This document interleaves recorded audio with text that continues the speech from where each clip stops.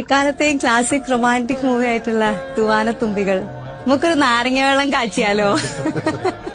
പത്മരാജൻ സാറിന്റെ അതിമനോഹരമായിട്ടുള്ള ഒരു മൂവി.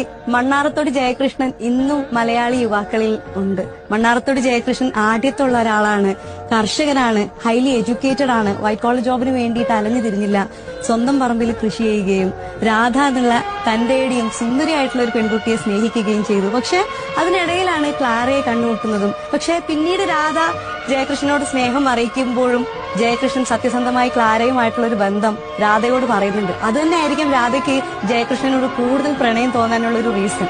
ജയകൃഷ്ണൻ ലൈഫിൽ എപ്പോഴും എല്ലാ കാര്യത്തിലും തന്റെ ഇടത്തോടെ തീരുമാനം എടുക്കുന്ന ഒരാളാണ്. അതുപോലെ തന്നെ അയാൾ പ്രണയിച്ച 2 സ്ത്രീകളും വ്യക്തിത്വമുള്ള സ്ത്രീകളായിരുന്നു. അത്രയും ഒരു റൊമാൻറ്റിക് മൂവി പിന്നീട് വന്നിട്ടുണ്ടോന്ന് അറിയില്ല. പത്മരാജൻ അത് മതി.